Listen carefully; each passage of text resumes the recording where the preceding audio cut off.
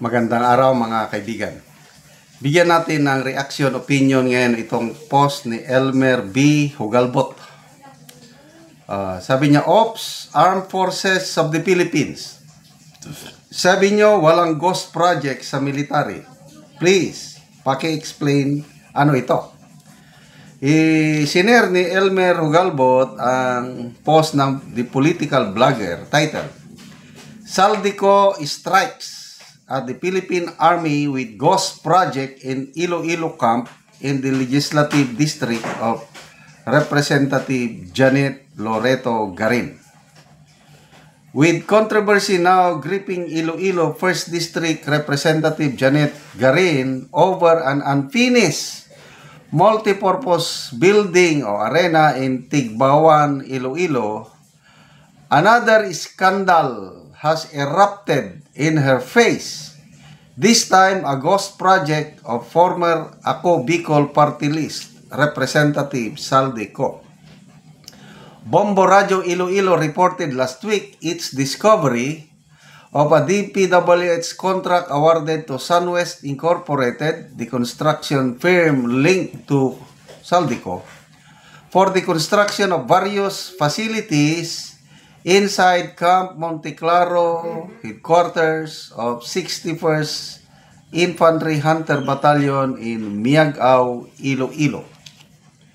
The contract with a cost of 15,267,000 was awarded to Sunwest by the DPWH Regional Office on August 20, 2024. Its target date of completion was January 21, 2025. But nothing is visible on the camp premises that matches the description of Saldico's project. In short, it is a ghost project. What makes the anomaly more appalling is that DPWH, through another contractor, had just completed a 96 million project in Camp Monteclaro through representations made by Garin with Department of National Defense and DPWH. Both projects were just supposed to be next to each other, but Garin feigned ignorance about the project. Ko didn't inform her about it, she told Bombo Radio Iloilo in an interview. Neither did the DPWH regional office. Garin's lame alibi is one of those tell it to the Marines stories that is simply incredible, a blatant lie. For how can it escape her attention and knowledge when it is common knowledge DPWH officials at the regional and district offices routinely coordinate with each other on crossover projects? Moreover, Garin had a project in the same location that was implemented almost at the same time. In fact, Garin's project commenced on May 8, 2024, while Ko's project started August 20, 2024. It is ridiculously impossible that Garin would not have known. Okay. Moreover, Garin's husband, Oscar Richard Jr., is the municipal mayor of Miagao, and Camp Monteclaro is just a 10-minute drive from the municipal hall, according to local residents. What is more puzzling is Garin's nonchalant reaction during the Bombo Radio Iloilo interview that we watched. She did not seem upset at all that a ghost project was discovered in her turf. She just said she will look into it as if it was just a lost and found report that was brought to her attention. No big deal. That's what we observed with her reaction. This is a far greater implication to this. There is a far greater implication to this discovery. It opens up the possibility that Ko acting upon the instruction of former Speaker Martin Romualdez, has raided a far larger share of the national treasury during the last 2 or 3 years. We will be certain that this ghost project at the Philippine Army Camp in Miagao, Iloilo is not an isolated case. There can be more such projects that were devoured by the jaws of Romualdez corruption machine. And it could expand to farm market roads, school buildings, barangay clinics, and other infrastructure. Indeed, this monster has an insatiable appetite and the Filipino people must slay it. Okay. In fairness sa Armed Forces of the Philippines, sila lang ang beneficiary nito. Kailang hindi sila ang nag-implement. Sila nga ang biktima. Yon ang aking masasabi dito. Kasi ito, pagkakalam ko, ito yung for the last 3 years, umaabot ng 15 billion na pondo na nailaan para sa tikas,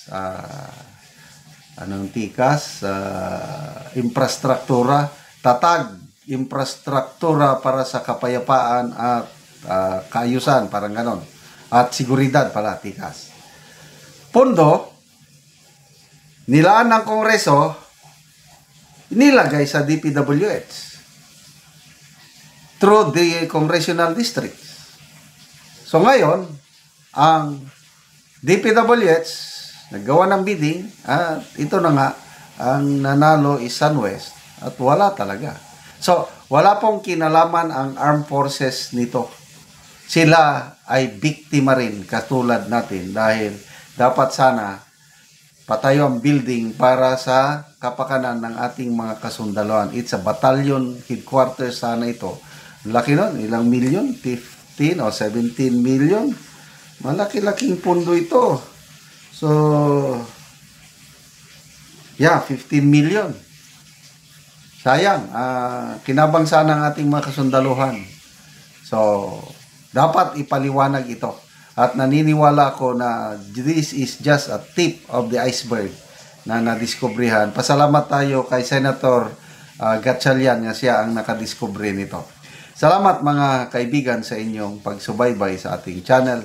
Nakakatulong kayo ng malaki sa tribong Talandig ng Bukidnon dahil ang ating income sa channel na ito is pantulong po sa tribo.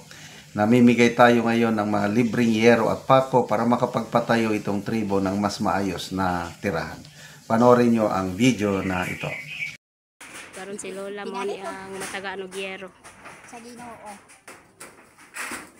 Si Lola, mataga-ano yero. So, si Lola mong nga buslot na ang iyang balay. So, gipang sapahan na lang og karton or guba nga yero. Ang gipang sapa kay kung muulan, tuluan na daw kayo.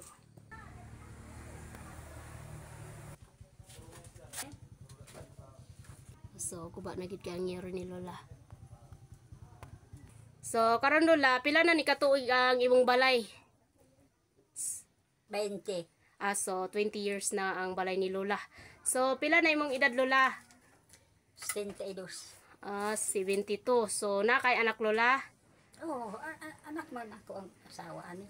Si Lola, mga minyo nang yang mga anak. O napakay banala? Namatay na.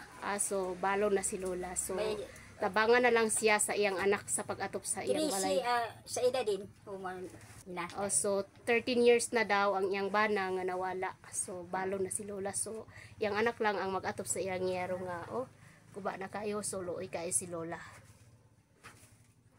So kinsa imong ipaatop Lola? Si William. So iyang anak ang ipaatop. Salamat sa Ginoo kay tagaan ko sin mag-atop ko. Sige Lola. Salamat sa Ginoo kay sin naot ko nga daghang pang mga tabanan. Sige Lola. Salamat sa